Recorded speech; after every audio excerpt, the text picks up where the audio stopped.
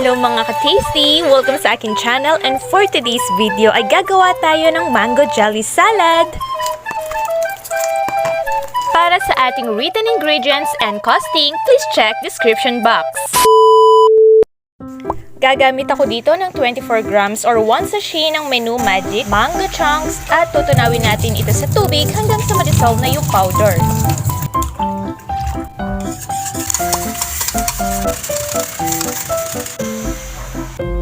Let's add 1/2 cup ng mango condensed milk, pero kung wala kayong mango condensed milk, ay pwede rin kayong gumamit ng condensed milk, tapos ay magdagdag lang kayo ng mango flavoring.